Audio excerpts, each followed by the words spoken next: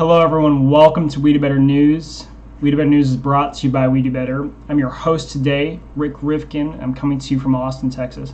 We've got a great show planned for you today. We're going to be talking about plastic lobbies, school districts in Texas, and we'll be talking also about how a nonprofit's been building homes in Florida after Hurricane Michael. And then we'll have a special guest on to talk about a certain kind of legal service. And then I'll be chatting a little bit about FDA and Big Pharma. All right, let's get started. Industry giants Pepsi and Coca-Cola have decided to make a PR move. And they're making a PR move specifically in regards to plastics and the plastics lobby. Now, Pepsi and Coca-Cola have been pretty environmentally conscious, at least in their PR, and they want to be portrayed as such. And so, like other companies, they've started to ditch the Plastics Industry Association here in the United States. And what the Plastics Association has done is that they've secretly lobbied to fight any pushes from city and state regulators to ban any kind of single-use plastics, of any kind, and some of which Pepsi and Coca-Cola would use in some of their products. And so what the Plastics Industry Association has is they have a group of members, generally larger companies that secretly pool money because they do have some level of confidentiality as members. So they generally do not disclose who their members are. But sometimes organizations can find out who the members are. And it was actually Greenpeace that put the pressure on Pepsi and Coca-Cola, pointing out that they had actually claimed that they did not support plastic bans, while that they knew that Pepsi and Coke were funding the Plastics Association as well. And so I think it's great that Pepsi and Coca-Cola are doing this, even if it is for PR reasons and if it is to look good. It's important that companies, are held accountable through public perception and can actually match what it is that their customers want to see from them. And their customers, I'm assuming, want to see that Pepsi and Coca-Cola can be as green as possible. So that's great.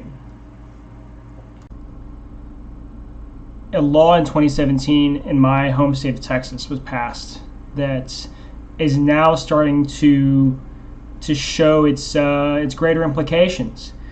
And this 2017 law made waves by encouraging traditional school districts to partner with charter schools as a way to create, higher quality, innovative schools that, and create more competition in the space. And what's happened is that in certain school districts like Waco ISD, the community, the parents, the PTA, the school boards, have not wanted to go with the charter route.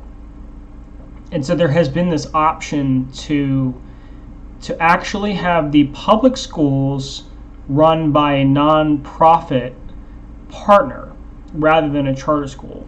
Now it sounds like, well, that sounds a bit like a charter school, but it's a little bit different. And what's happened is that some of the people that have been running certain schools, like in Waco, the superintendents and some of the parents will get together to create a new nonprofit that is allowed to have a different structure to it and is allowed to have, different after-school programs, different athletic programs, different ways of testing students, and different ways to deliver the curriculum. So they are able to innovate to an extent, and they are able to actually create a different environment within these same schools.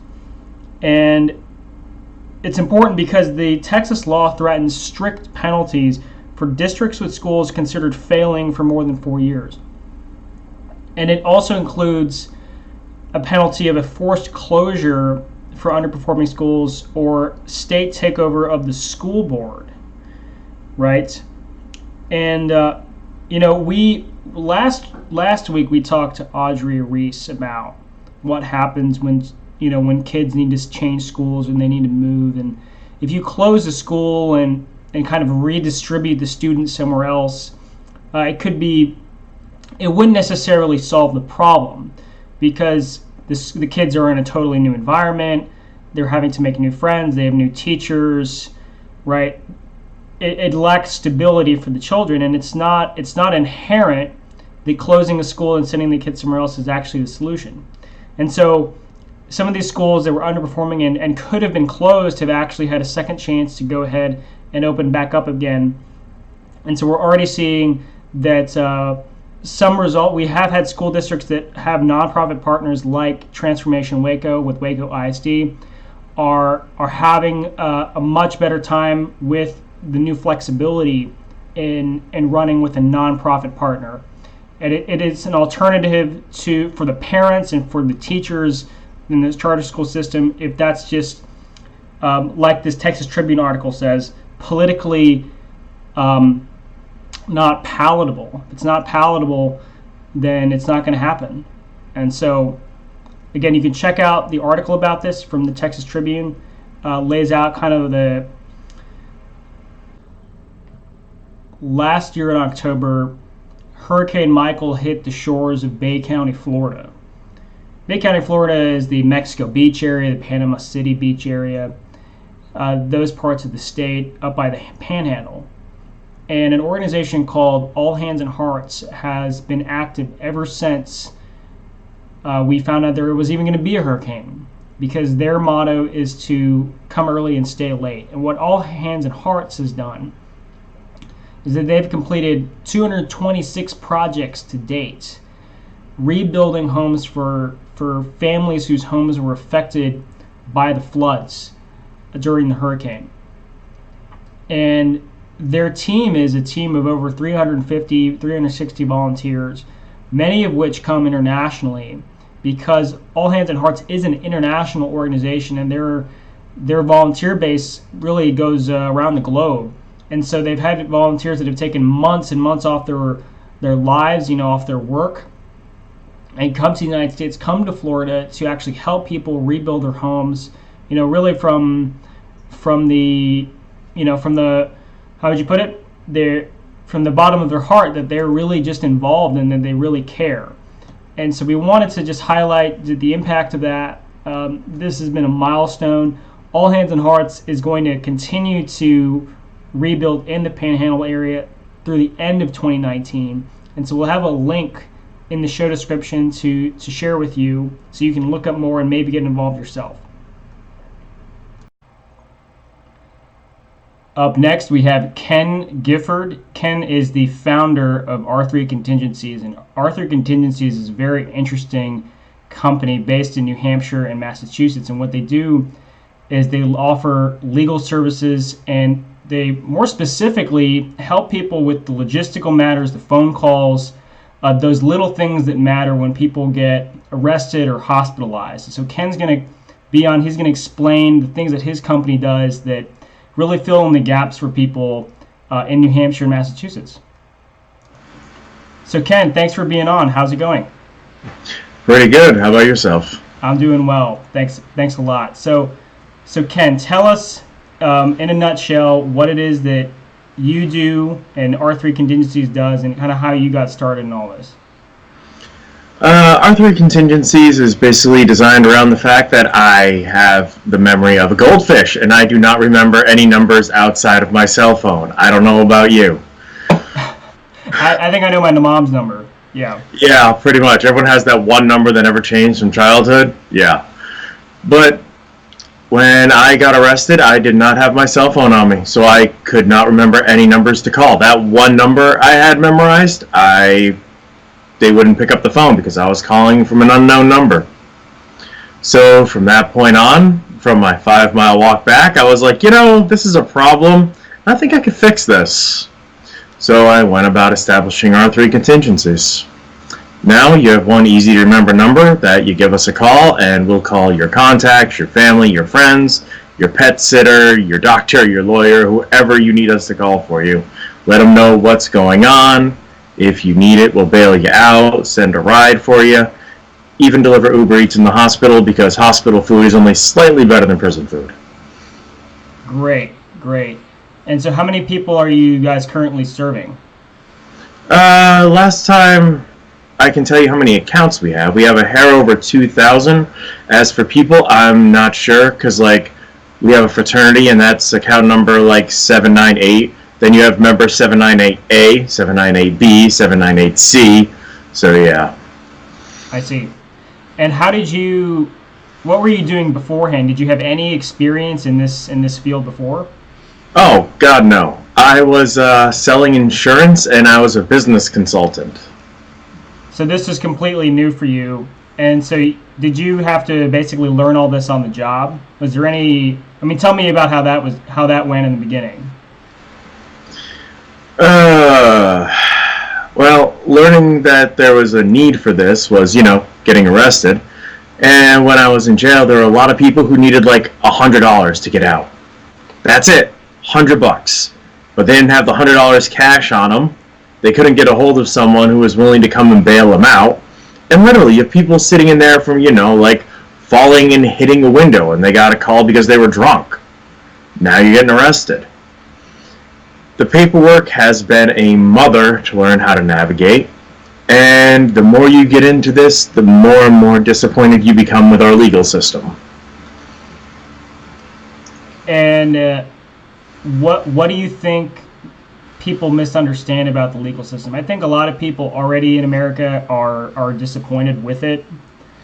That it's Kafkaesque, it's very punitive, it's difficult to navigate, it's expensive. But is there anything kind of unique that you've seen? It's not unique anymore, but when I first started, and I see this a lot now, I run into the problem of how things should run versus how things are run. For example, you're driving your kids home, you get pulled over, and cop takes you out of your car, tests your cotton candy, it comes up positive for meth. You go to jail for 3 months while they sort the whole thing out. And it turns out, they're like, wait, not meth, cotton candy, my bad. You're like, okay, you messed up, I get to sue, right? And it's like, no. Wait, what do you mean, no? Well, you have to prove that the cop acted maliciously. Right. So whatever the action is, it can't be written off to, my bad, or I'm sorry, he's just dumb. Right. Which is part of the qualified immunity doctrine, and that could be its own presentation or documentary we could do on trying to pin the police on bad faith, right? That's the idea. Yep, bad faith, malicious, or sometimes they don't even know what they're doing is wrong, but they've been doing it for so long. Recently read over a police report. It was 380 pages. Oh yeah, and this was a relatively short case, 380 pages. Good luck navigating that one.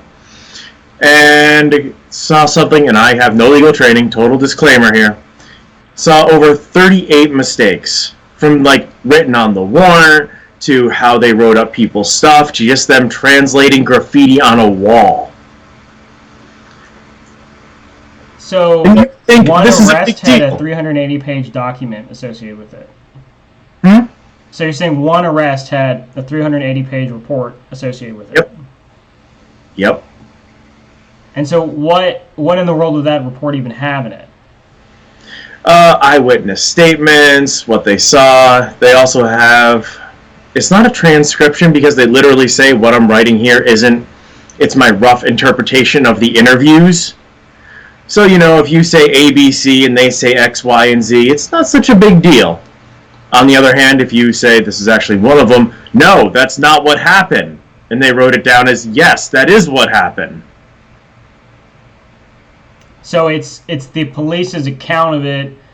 They try to hedge their bets, but once it actually gets into court, the judge just takes their word. Correct. And the juries often just take their word because they're the police. Almost. Again, you're running into what you think should happen versus what does happen. Here's what happens 98% of the time. You sit in a jail cell for 3 to 6 months, the DA comes to you with a plea deal and says, sign this, and you say, fine, just get me out of here. Right. So it's never brought to light. There's never any accountability for it. Yeah. And this is interesting. I actually had a friend that was traveling. I'm in Texas. and he was traveling back from Colorado into Texas, and was arrested. Sort of up north near Lubbock, and now you're right on the border between New Hampshire and Massachusetts, right? And so, like between Colorado and Texas, there are changes in the regulations and laws. What are the kinds of things that you're seeing and dealing with there? One of the biggest ones I run into is knife laws, because New Hampshire knife laws are easy. We don't have any. Massachusetts knife laws, it can't be over a certain length, it can't lock back. Now think about that one for a minute. That means if you have a knife like this, and you can't push the blade down so you know it doesn't come back and hit your fingers while you're working with it, it's illegal in Massachusetts. Wait, it has to lock back, or it cannot lock back? It cannot lock back. So basically, you can have a steak knife or a box cutter. Yep, pretty much. And do you see anything drug related in that area as well? Yeah, but that's mainly because New Hampshire is still barbaric when it comes to cannabis laws. Like, it's decriminalized. That doesn't mean it's not illegal, especially depending on amounts. Whereas you can go right over the border and, hit up a pot shop and bring it back. So, yeah, see quite a few of those, too. Great. And so, could you give me an example of, a couple people that you've helped recently that come to mind as like, this is why I'm running my company, that makes me feel proud?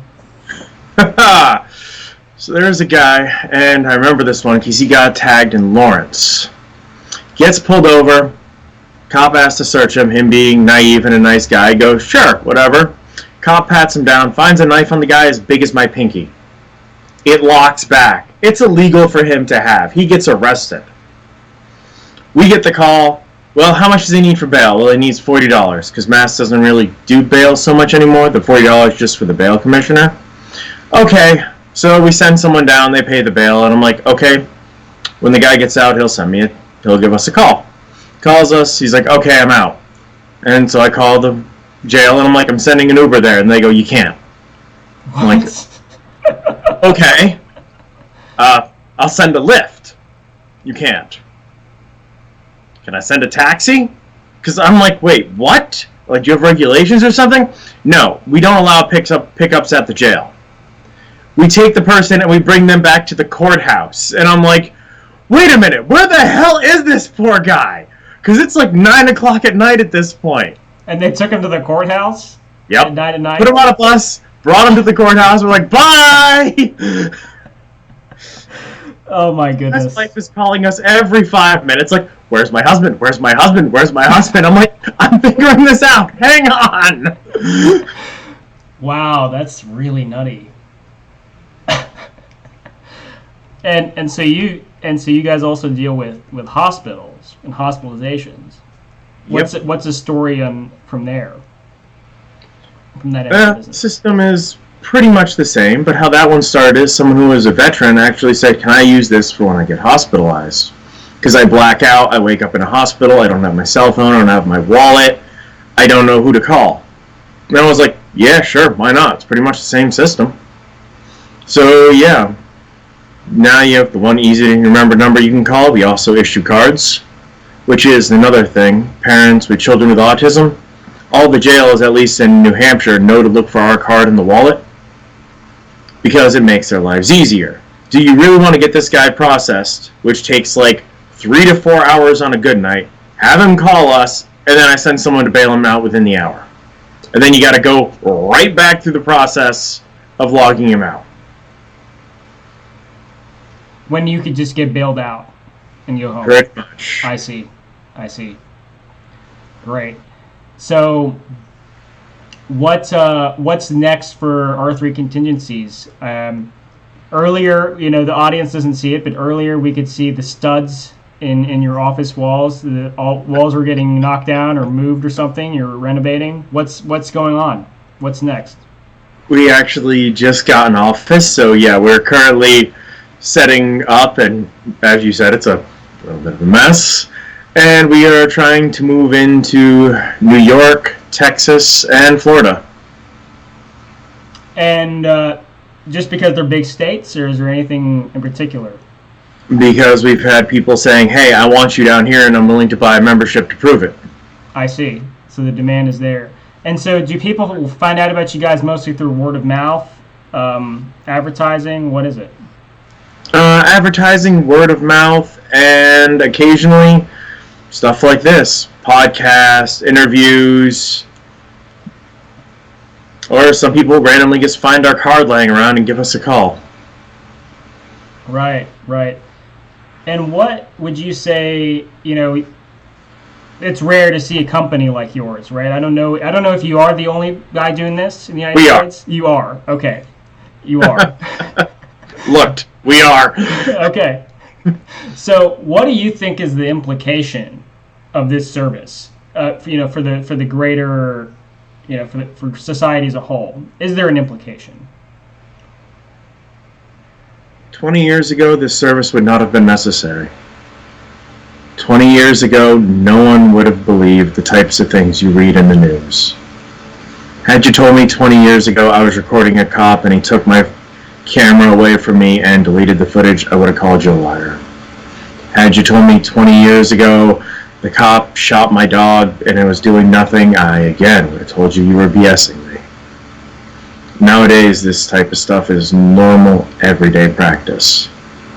And the fact that people are willing to pay, in some cases, our most expensive plan, not customized, just most expensive, is $1,200 a year, and they want to tack on the $800 rider so that the police can't get any more information on them. And these aren't people with records. These are not criminals. These are not bad people.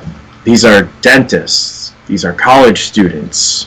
These are people who have fathers who are lawyers. They see the system and they go, holy crap, I never want to get arrested. And if I do, I want to get out and have them have as little information as possible. The fact that the market is supporting something like this says that we have a huge systemic problem right now. And no one's addressing it.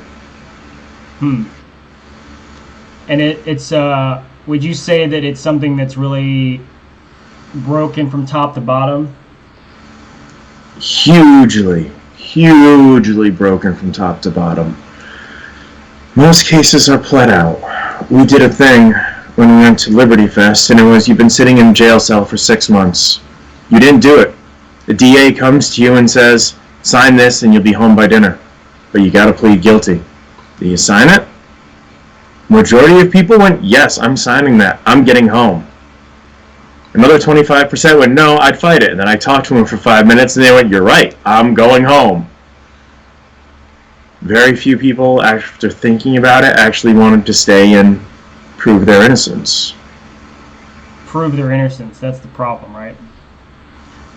Right.